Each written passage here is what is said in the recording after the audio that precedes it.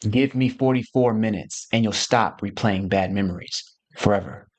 If your mind keeps replaying the same painful moment over and over again, your mind is not trying to hurt you. Your soul just forgot something. That failure you keep replaying in your head, what if it's not here to hurt you, but to heal you? Watch this live, because tonight you'll stop replaying bad memories forever. See, folks, tonight we're going to be talking about a phenomenon that I call the phantom zone. The phantom zone is just that place where you go when memories from the past begin replaying in your mind and they begin conjuring up the old feelings, the old negativity, the old embarrassment, the old depression. When you're just living your life. And that memory from 5 years ago, no, 5 months ago, no, 5 minutes ago, begins replaying in your mind, and your body experiences it as if you are living it for the first time all over again. This is the phantom zone.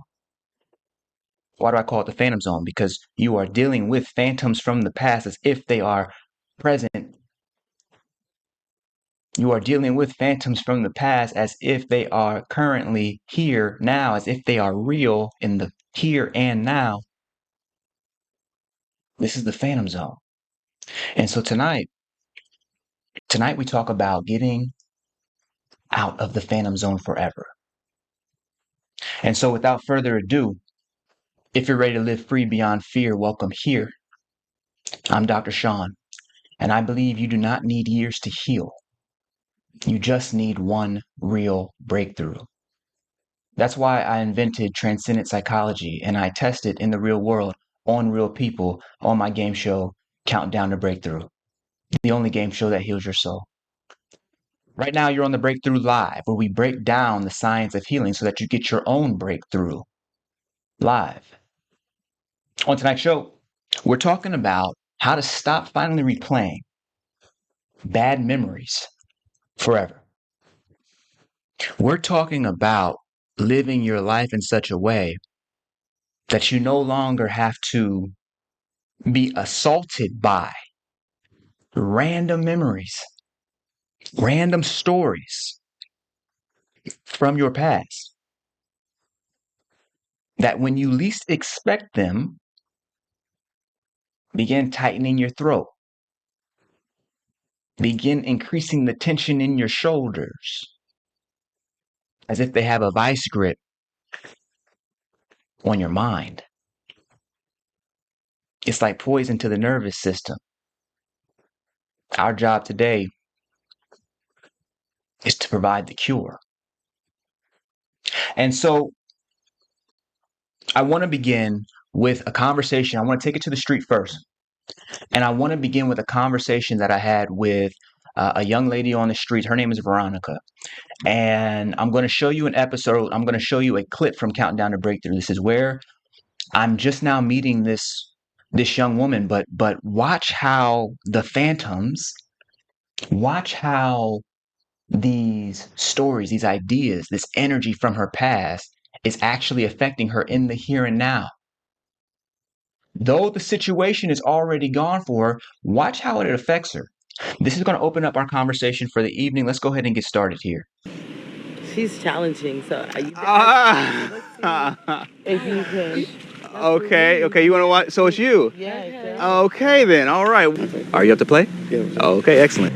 Are you up to play? Yeah. All right, let's rock and roll. What's your name, sir? Terrence. Todd. Jamaica. James. Bree. Brian. I'm here with Veronica. And even after I finally get people to play, I have to somehow provide years of therapy in a single moment. To teach people the supreme art of letting go in an instant. But how? Veronica, in order for this mind game to work, I need you to think of one thing, it could be big or small, but one thing in life that you wish you could let go of, but just can't seem to. You want to let go of it, but you just can't yet. But some of these problems run deep, though. Okay. You have it? Yeah. Excellent. What is that thing? Body dysphoria. Ooh, interesting. Okay. When did you notice that it was becoming an issue? 3 years ago. Okay. But I made a really big change. I lost like 160 pounds, and like it's still there though. Even with this new journey, I'm like still trying to like see myself as the new me, but I can't. Oh my gosh, that's interesting. So when you say that, because I know all the dudes at home are looking and they're like, well, what she mean? She bad, you know what I'm saying? And so, but that means that there was a transformation that happened physically. Yeah. And you are looking for that transformation psychologically. You're looking for that thing to somehow, the baggage that came with being that other person, whereas the physical can change, there's other elements that haven't yet. Let's work with that. Okay.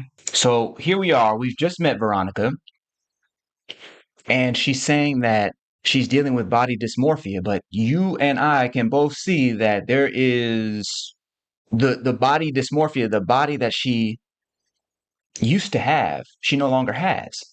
She has a new body.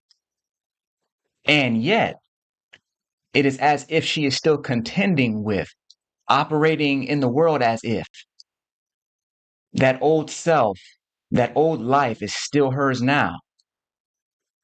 See, she's dealing with a phantom. She's dealing with a phantom. How many people do you believe in their own way, maybe it's not body dysmorphia, it's in a different way, are walking around carrying these phantoms from the past that harass them on a daily,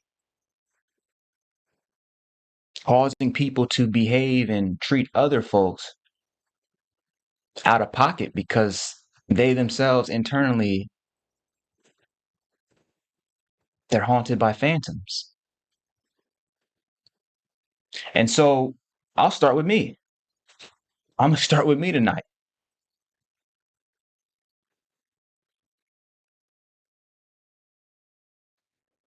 Once upon a time, I was broke as hell. How broke was he? Real broke. And that bothered me because I was always the dude that did everything right. Got the good grades, you know what I'm saying? Worked hard. But when everything went wrong and the debt piled up too high, I felt like a failure. What I wanted was just to start over. Not just financially, but deeper down, I wanted to feel like a new person. I was tired of feeling like I was living in a past I didn't ask for. I'm tired of being haunted by phantoms. So I walk into the post office one day and I'm mailing a special letter to the government. And when I go to check out, all my cards are frozen. I can't pay to send the letter. The clerk calls out the obvious. I think there's something wrong with your card. I say, well, try it again. I can feel the crowd staring at me. They're burning a hole in the side of my neck. I keep trying different cards. Nothing happens. The line grows. I say, you know what? I'll just mail this later. And the clerk says, but are you going to pay for this envelope though?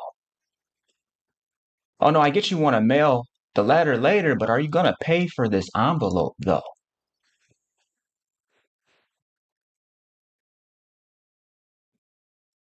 I say, no, I don't even need it. And the clerk yells as if looking to, like she's trying to get security's attention. She says, yeah, but are you going to pay for this envelope though?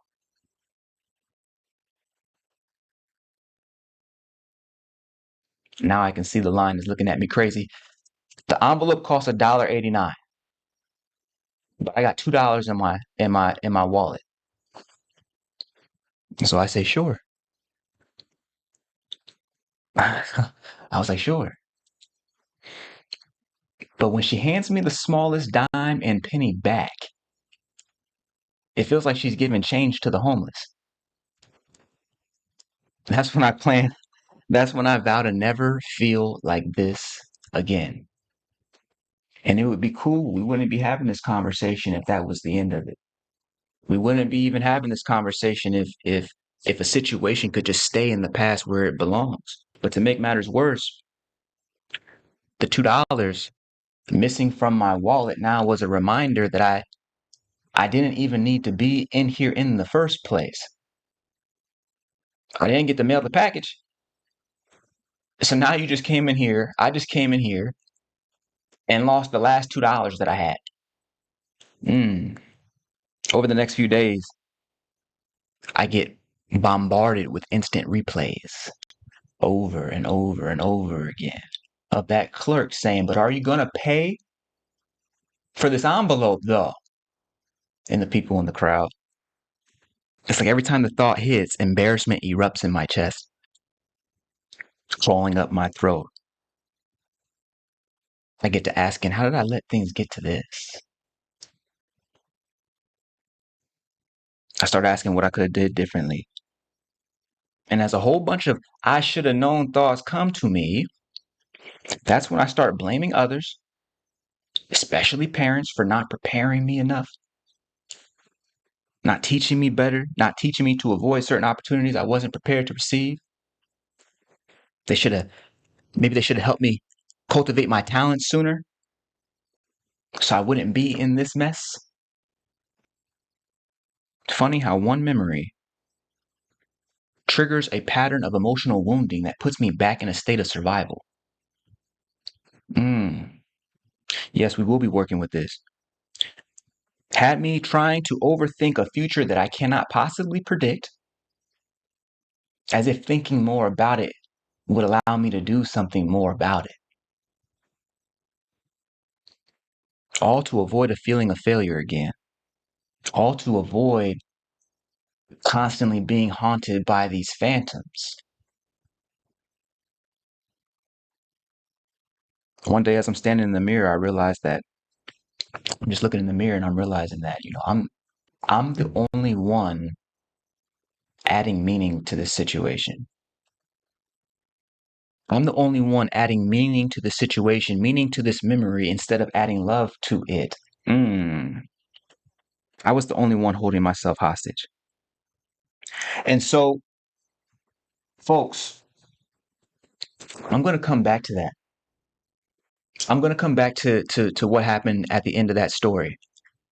But I say that just to say that what we're talking about when we're talking about phantoms, we're talking about understanding that you can be living your normal life and ideas, feelings, old emotions from 10 years ago will assault you right now. It makes no difference. And that would be okay if the ideas from 10 years ago were not convincing about who we actually are today.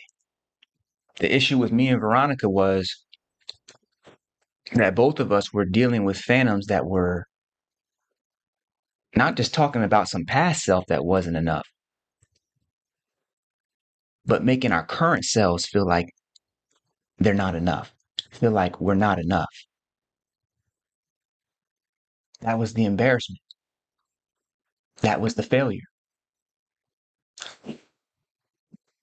And so, as we jump into today's lesson, I'm going to circle back around to that, but I want you to understand what I mean when I say phantom.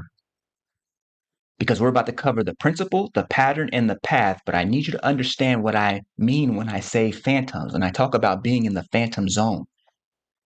The phantom zone is that cesspool of memory that's packed with all of this trauma, packed with all of this negative emotion, packed with all of this negative belief. And it's polluting the way that you see the world. The behaviors that you are consciously and unconsciously choosing. Even if you believe you are no longer that person, you'd be amazed at how powerful these phantoms from the past can be. Oh, you'd be amazed. Let's begin our lesson here. The principle, the pattern, the path. You know I love teaching from principle. But before I do, don't think I don't see you in the chat. Sublime, what is happening? Okay, twin. I see you. Welcome in, twin. Okay. Furrer. Some of y'all, I don't know your name. I want you to put your name in the chat so that I can shout you out right here on the Breakthrough Live, because we definitely want to make sure that you get some of that clear energy. Eric Hen. Eric, welcome in. Excellent. Okay, so Jovan is in the building. Jovan, welcome up in this baby. Okay, Jovan's in here. Excellent. So, folks, we're talking about the Phantom Zone. We're talking about being able to get out of the Phantom Zone, to be able to reason from first principles.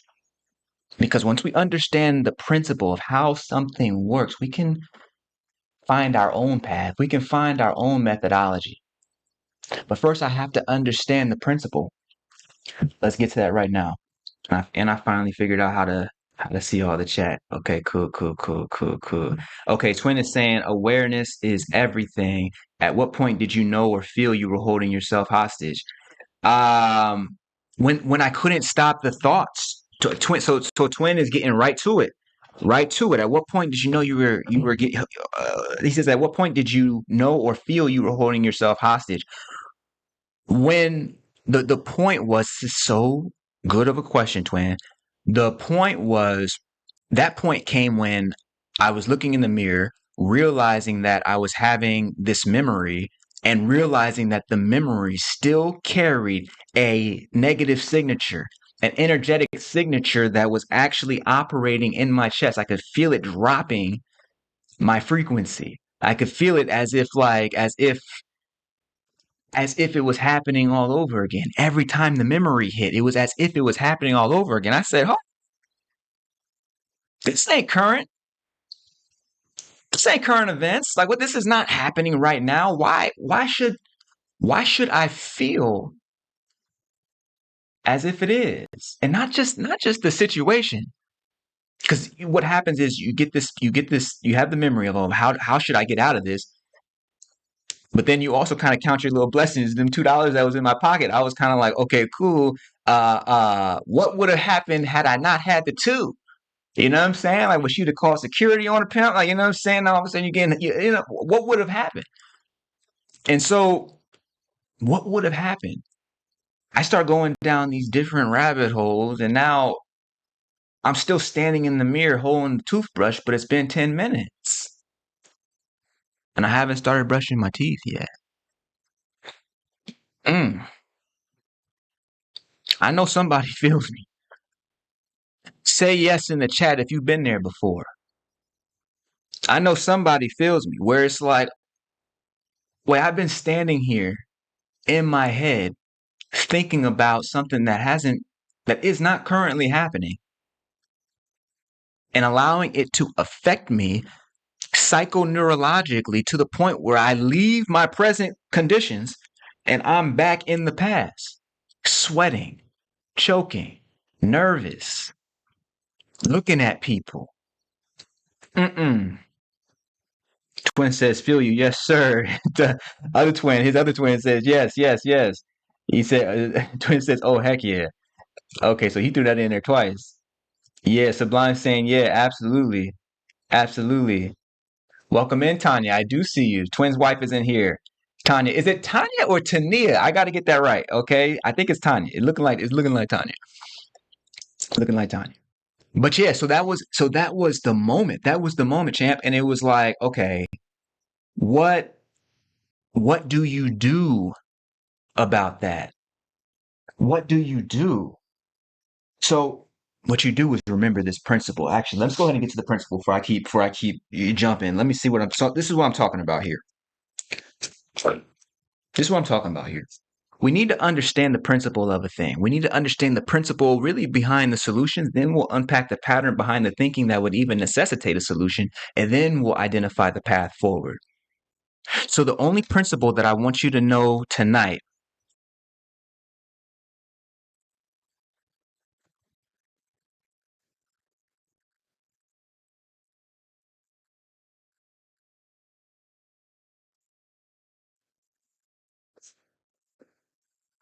What I want you to know is that love rewrites or elevates the human nervous system.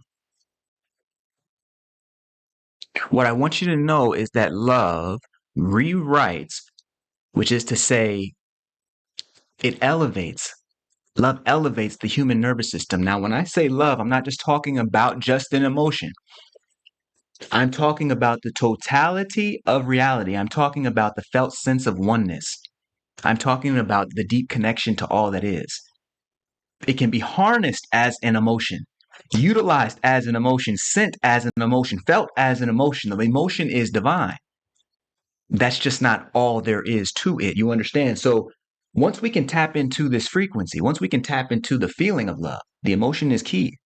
But once we can not just feel the emotion, but begin to use it, we can overwrite and even rewrite our nervous system.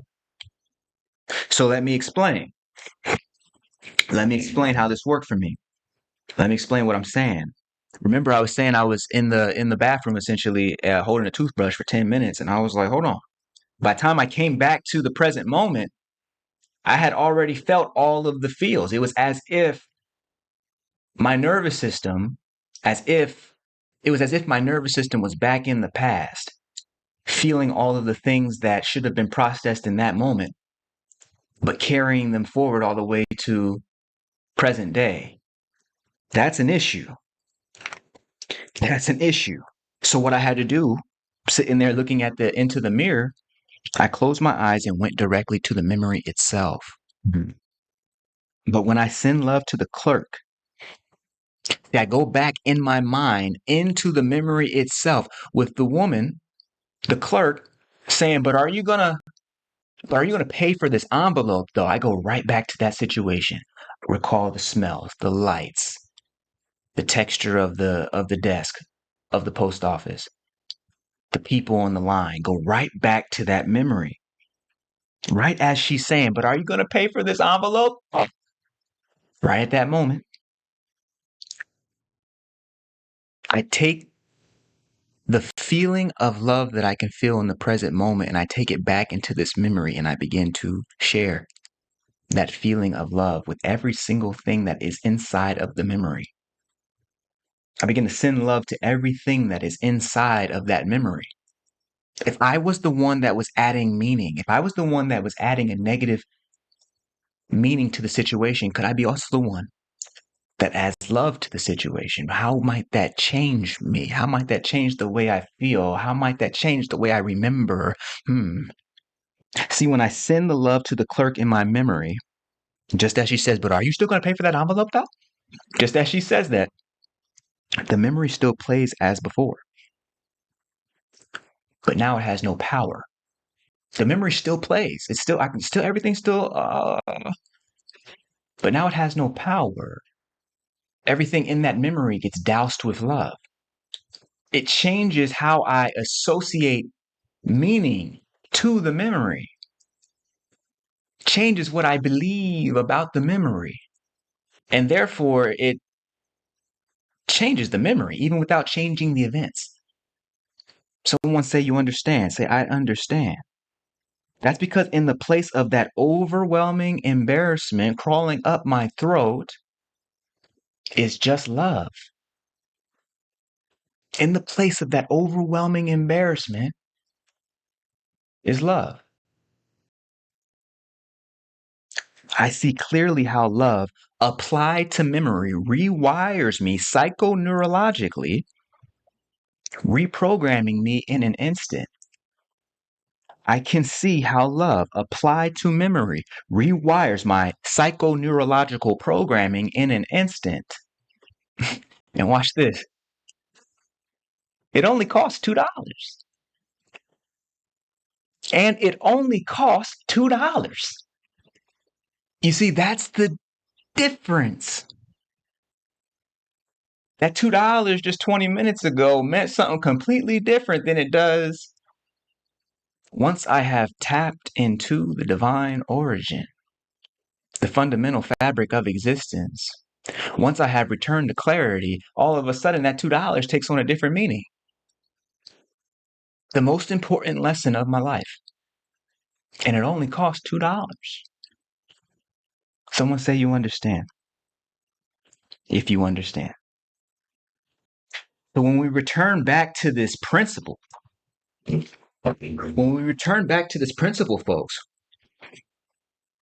I'm saying that love rewrites the nervous system, allows you to rewrite the psychoneurological programming of your nervous system such that you can stop in the negative emotions that come with the recurring memories.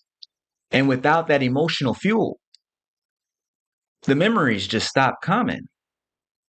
See, the problem was is that we were adding meaning instead of adding love. The problem was I was adding meaning instead of adding love. The problem was Veronica was adding meaning instead of adding love. And the meaning she was choosing was negative. The meaning I was choosing was negative. But watch how love comes through and cleanses from the inside out. That's the principle, champ. That's the principle. Someone say, I understand the principle. Just put a yes in the chat if you understand the principle before I move on. That love applied to memory rewrites the nervous system. I went ahead and added this thing at the top. Love applied to memory rewrites the nervous system. You dig what I'm saying?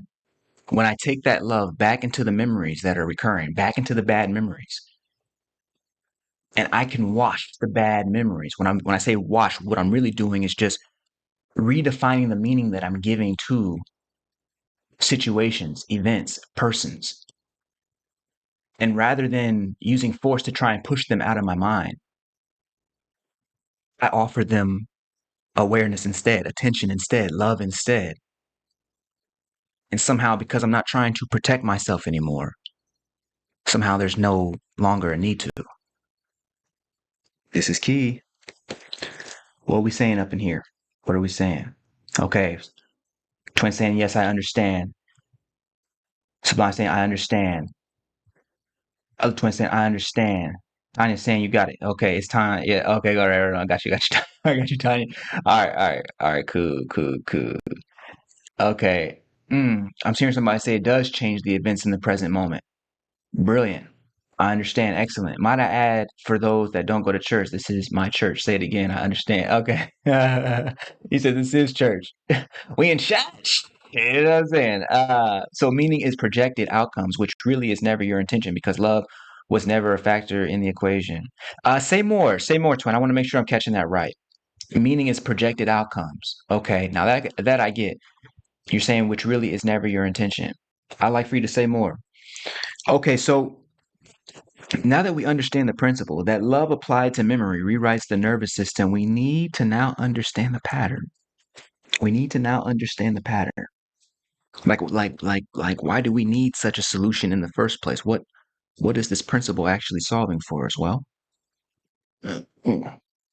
this is a bro, okay?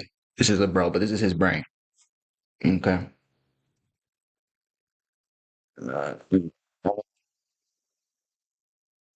So what I'm just drawing here is the idea that negative memories, what you could call bad memories, they create these wound loops. Can y'all see that? I should probably write that a little bigger. That negative memories create these wound loops. What's that look like? Well, the other name for a wound loop is literally what I was just saying. It's the phantom zone. That place where you are being constantly assaulted, not just by the events of the past, those have already gone, but being assaulted by how you felt about the event once it happened over and over and over again, as if it is a new wound being reopened every single time you have the memory. That's a wound loop. Welcome to the phantom zone. You are now being both persecuted and prosecuted by phantoms. And somehow, if you are unprepared, they will win. And they will wound you over and over and over again. It's the reason that people avoid getting into uncertain situations or taking that big risk in life, it's not so much that they're afraid of the failure the one time, they're afraid subconsciously of what happens when that failure keeps coming back around to remind them that they failed years and years later. It's as if every weekend they get to fail on something that happened 10 years ago.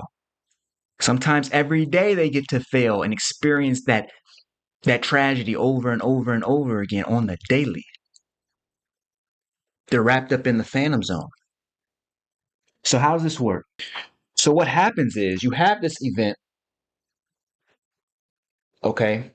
Something happens. That event gets stored as a memory, and that would be okay, except what happens next. You begin to assign this is a negative sign. This is like a negative sign. You begin to assign a negative belief to that memory. That negative belief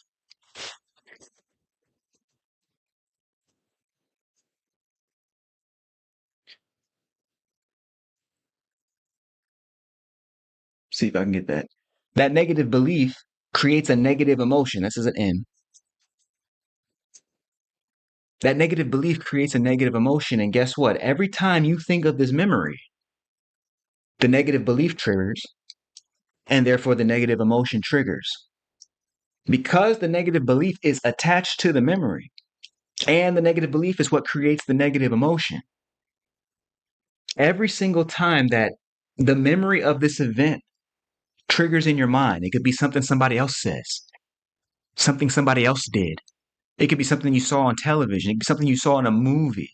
You could be in the theater right now experiencing a micro trauma, something that happened years and years ago, something that places you in the phantom zone because you have a untested, uncontested negative belief that is now creating a negative emotion. And the problem is that like a powerful chain of events, like a powerful chemical reaction, anytime the memory is triggered as an event in your mind, the negative belief is attached to it, and it automatically creates that negative emotion. You begin to feel it over and over again. You begin to feel this pain over and over and over again. This is the pattern. This is the wound loop. Welcome to the phantom zone. Welcome to the phantom zone. Someone put a yes in the chat if you understand before I move on.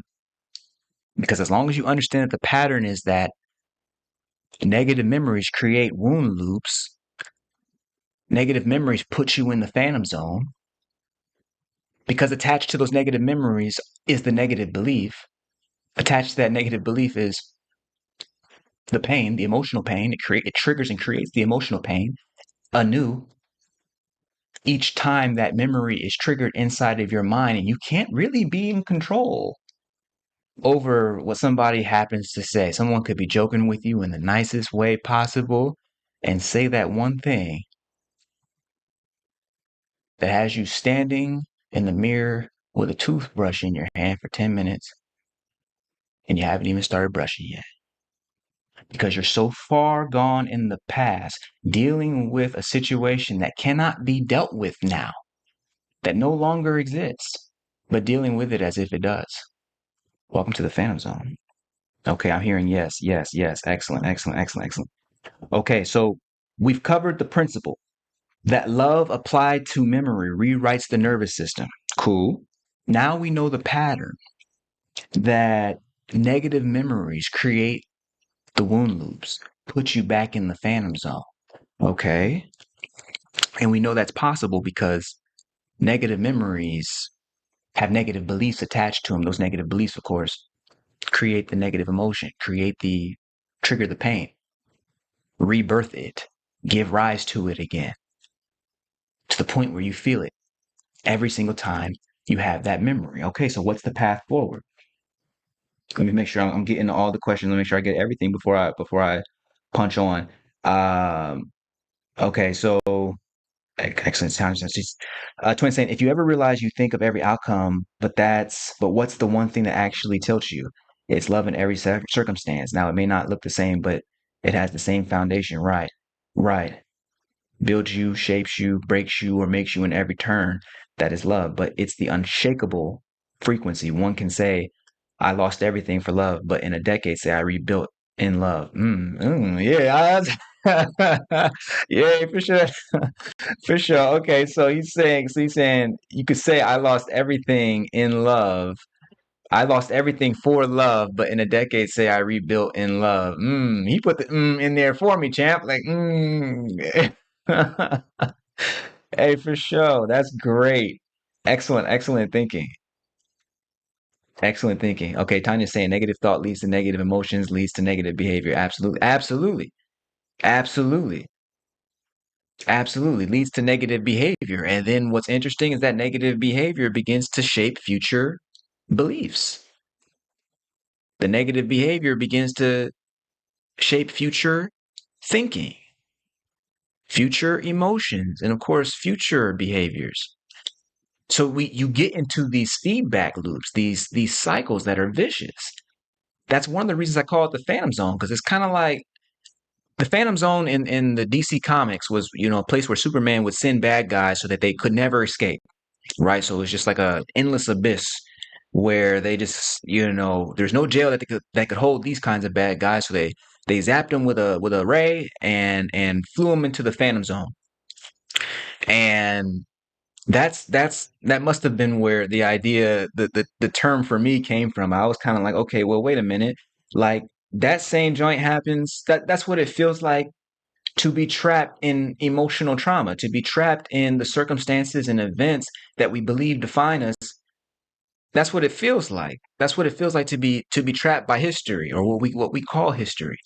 That's basically what it feels like to be trapped inside our own minds. And so I was like, oh dang, what that's like the zone, this endless abyss. So we need to find the path out. I provide you with 2 steps tonight.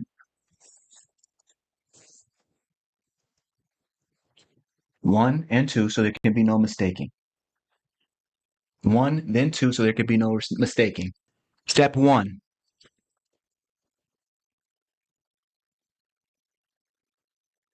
First step is you must return to the memory. It's replaying for you all the time. It does us no good to just try and run, to try and distract ourselves, to try and turn on some music, to try and get into a conversation, to try and busy ourselves with work. It does no good.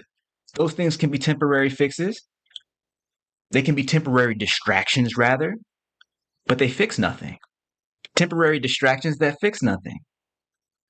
Not only that, but we walk away worse because instead of taking this opportunity to deepen with God, when I say God, I'm just talking about the basic basis of reality. I'm talking about the deep fabric of existence. I'm not talking about a guy in the sky. I'm talking about the sum essence of all universes. We have an opportunity to abide in, resonate with, align with this divine frequency, and we miss it because we're trying to get distracted because we don't want to face the memory. Oh no. No. The first thing is to be brave and actually return to the memory. There's no reason to hide anything from yourself. It's already showing itself to you in the first place. So now all we're doing is, instead of closing our door to it, we open our door to it. Because step two is the next essential component. We can't even do step 2 until we do step 1. You dig? That's kind of how steps work. So here it is. Step 1, return to the memory. Step 2,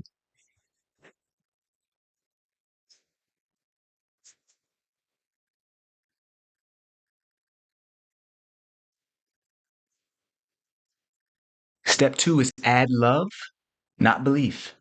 Step 2 is add love, not belief. Step 2 is add love, not belief. What am I saying? I'm saying that you must retain the ability to allow a memory to surface for you, to allow it to play before your inner eyes. It's still happening inside of your head. You can see it. But instead of judging it, instead of saying, oh, wow, that really was so embarrassing, instead of forming any opinion about it at all, instead of adding any belief to it at all we're going to do is get in touch with the very love that you have for the people you love most in your life, for yourself. We're going to get in touch with that basic core emotion, that basic core frequency. And rather than treat it as a figment of our imagination, we're going to treat it as a substance that we can allow our memories to dissolve in. We're going to take love back into our memory and actually send it, impregnate with love every single person that is inside that memory, every single artifact, every object. What we are doing is rearranging psychoneurologically. We are rearranging what the event means to you because we're rearranging the relationship between things. For me, suddenly the clerk no longer is this antagonistic person asking about $2. Once I send love, go back to the memory, step one, and once I send love to this clerk in the memory, it doesn't matter what she says. I love her the way her father loves her. I love her the way God loves her. When I go back into the memory and I see all the people on the side staring at me, wondering why I'm holding up the line, I send love to each and every one of those people in that line. And it doesn't matter how long they're sitting there staring at the side of my neck. I love them the way their mother loves them, the way their grandfather loves them. And so now the memory that used to be a problem means nothing to me but love. You don't really need to understand the metaphysics behind any of this. You just need to understand the way that you feel. Once you apply this understanding, notice how you feel. The feeling will mean so much more than any intellectual understanding. So when we have this principle that love applied to memory rewrites the nervous system, we understand our pattern. That negative memories create wound loops. Negative memories push us into the phantom zone, but the way out of the phantom zone is to return to the memory and add love, not belief. We are to return to the memory and add love. It really is that simple. That is sufficient for rearranging the way that your mind has assigned meaning to a memory. Now you make the memory mean something totally different. And your focus does not shift. Your focus is not, it's not a distraction. At this point, if you're rocking with us on the Breakthrough Live, eventually you're going to come to a place where you're like, oh no, love was the point of life in general. So, which means that no thing that happens is a distraction. It's an opportunity to bring myself back into healing alignment with the fundamental force. Notice how when you're in love, it's not just really difficult, it's actually impossible to experience fear, to experience the separation that you would need to have in order to say, oh, wait, I'm this tiny person that was embarrassed. Love erases the tiny person, and what's left is so much more expansive.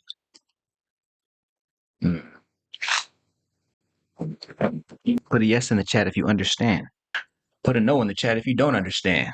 You feel me? Like, because I don't mind taking my time on this. These are lessons that straight up have taken me, I don't know, my whole life to understand. Twin is saying yes, absolutely. Other twin is saying yes, understand this more. Feel it. Absolutely. Excellent, excellent, excellent. And folks, Sublime is saying yes, excellent, excellent, excellent. Folks, if you're choosing breakthrough tonight, send this video to somebody who needs this message. Someone who's been trapped in the phantom zone, trapped in those recurring memories. You'll know them because they're always bringing up some old stuff. They're always bringing up something that happened, you know what I'm saying? 5, 10, 15 days ago, minutes ago, years ago. It'd be more rare if you found some, if you didn't know somebody who could use this message. You did. And the reason I say that is because this moment could change their life.